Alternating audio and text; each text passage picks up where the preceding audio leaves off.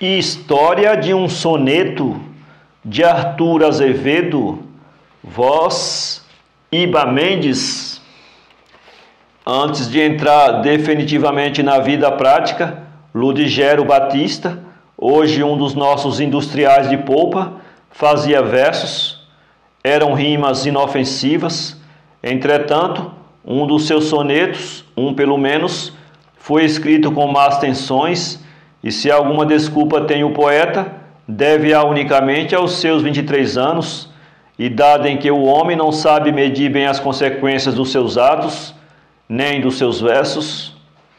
Havia naquele tempo, como ainda azar, e em maior número talvez, uma senhora casada, por nome Laura Rosa, um nome de flor, a qual se comprazia em arrastar atrás de si uma chusma de corações masculinos, e cuja formosura fazia sensação em toda parte aonde a levava o marido, um tal Comendador Rosa, muito dado a festas e espetáculos. Ludigero encontrou-a um dia no Jockey Club, e aconteceu-lhe o mesmo que a todos os rapazes do seu gênero, enamorou-se dela. Dali por diante não perdia a corrida de cavalos em que Laura Rosa estivesse, ou fosse que realmente os olhos da formosa dama lhe prometessem mais do que deviam, ou fosse natural filáusia de namorado jovem, ele considerou-se autorizado a empregar algumas diligências, a fim de que os seus amores saíssem do período ingrato do platonismo e entrassem numa situação mais positiva. Por isso recorreu à musa, que não abandona o poeta nessas emergências exóticas, e escreveu o soneto em questão. Era nada mais nem menos que uma injúria, até certo ponto atenuada pela rima e pelo metro, mas, como se sabe, os fazedores de versos tiveram, em todos os tempos, o privilégio de insultar senhoras, sem que a moral pública os responsabilizasse por isso. Eis aqui o soneto, que se intitulava Súplica. Desde o dia feliz em que, pasmado, pela primeira vez te vi, senhora, um sentimento no meu peito mora, feito de angústia e feito de pecado. Não creias que ninguém houvesse amado tão loucamente como eu te amo agora, nem mesmo, ó linda Laura, no de outrora, cavalheiresco tempo celebrado. Para que finde o meu suplício airoso, ou me concede o mendigado beijo, este martírio transformado em gozo, ou revela ao teu dono o meu desejo, talvez ele me faça venturoso, dando-me a doce morte, enfim que almejo.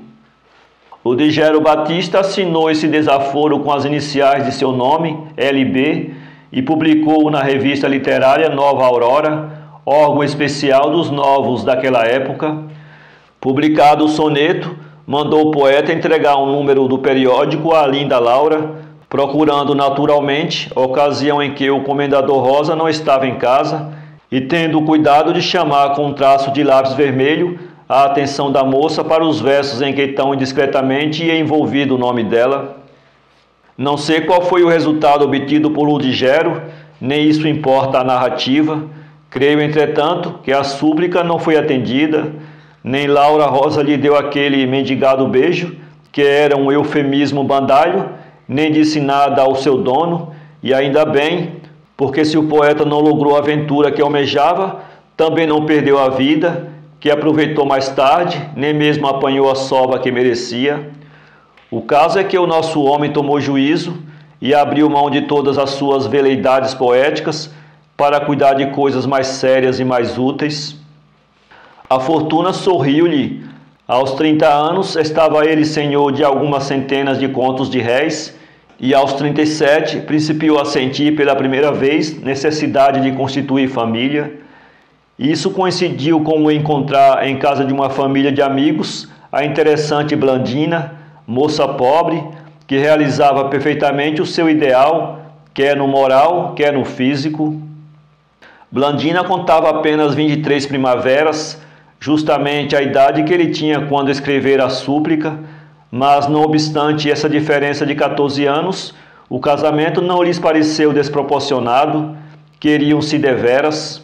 Ela talvez fosse um pouco romântica, cheia de mistérios e devaneios, sequiosa do imprevisto e do ignorado, mas esse defeito, se o era, não repugnava ao que Ludigero ficara do sonhador de outrora. Casaram-se e foram excepcionalmente felizes durante os 10 primeiros anos, mas passado esse tempo, ele que estava às portas do semi-centenário e poderia passar por mais velho, ao passo que ela não parecia ter ainda os seus 33, julgou perceber que sua mulher já não o amava como dantes. Perdi o encanto, disse ele aos seus botões. Tenho agora os cabelos grisalhos, engordei muito, sofro de reumatismo e Blandina conserva a mocidade, a beleza e a elegância que tinha na ocasião do nosso primeiro encontro. O nosso enlace não era, mas tornou-se desigual. Para sermos felizes até a morte, fora preciso que envelhecêssemos juntos, como Filemon e Baucis. Efetivamente, Blandina, que durante os primeiros 10 anos de casada nunca reparou que seu marido ressonava alto, não o podia agora suportar, queixando-se de não poder dormir ao som de um rabecão. Ao mesmo tempo, deixava-se absorver, horas esquecidas, em longas cismas, e suspirava de instante a instante, como se alguma coisa lhe faltasse.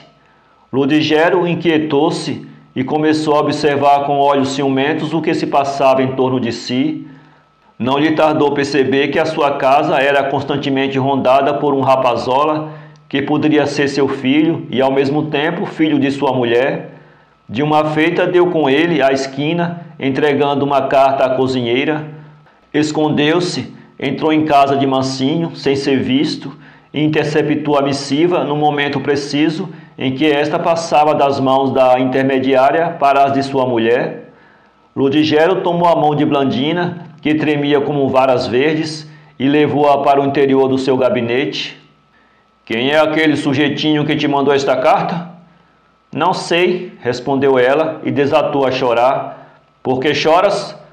Choro porque não tenho culpa, não sei quem me escreveu. Desconfio de um mocinho impertinente que costuma passar por aqui e me cumprimenta com um sorriso muito amável quando me vê à janela. Juro-te que eu devolvi esta carta sem abrir.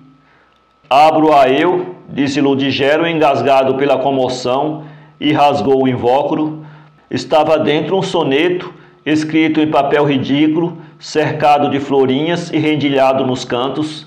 Ao ler o primeiro verso, desde o dia feliz em que, pasmado, o marido reconheceu logo o seu velho soneto, que tinha sido copiado, palavra por palavra, sofrendo apenas uma alteração no segundo quarteto.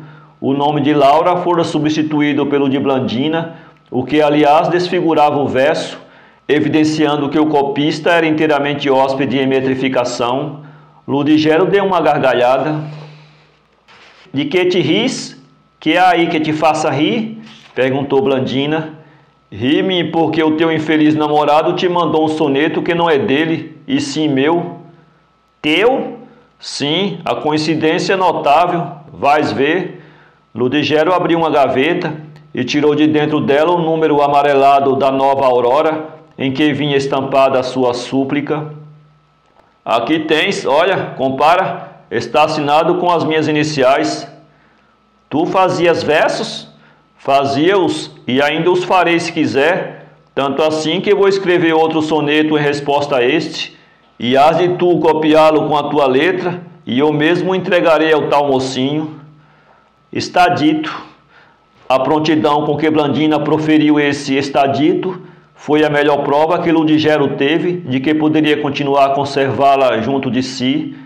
O mesmo não sucedeu à cozinheira, que foi posta na rua. No dia seguinte estava escrita a resposta. Blandina copiou-a e na mesma tarde, quando o rapazola parado à esquina interrogava as janelas, Ludigero aproximou-se dele e disse-lhe: Jovem, aqui tem a resposta de minha mulher ao seu soneto. Espero que depois de lê-la o meu amiguinho não me rondará mais a porta, mas se continuar, previno-o de que queimou a bengaladas.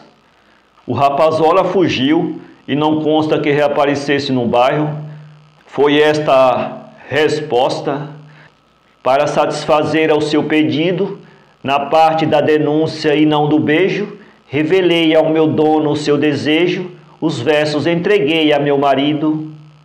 Este, em vez de ficar enfurecido e de agarrar um ferro malfazejo, tomou a coisa à conta de gracejo e pôs-se a rir como um perdido. Pois se é ele o autor do tal soneto, o Senhor copiou da nova aurora, entregando-lhe apenas um quarteto. Ele que a musa já mandou embora, cede-lhe os versos, discrição prometo, mas não quer sociedade na senhora. Blandina Batista. Blandina leu todos os versos antigos de seu marido e perdoou-lhe os cabelos grisalhos, o abdômen, o reumatismo e até o ressona alto. Adora-o. Ludigero descobriu que o Rapazola era filho de Laura Rosa. Provavelmente encontrou o soneto entre os papéis da mãe, que já não existia. O ex-poeta viu em tudo isso uma espécie de punição e, como tem os seus momentos de filosofia barata, pensa muitas vezes que um homem pode ser ferido, mais dia menos dias, pela própria arma que forja com a intenção maligna, mesmo quando essa arma seja simplesmente um mau soneto. Para ler este conto, acesse www.poeteiro.com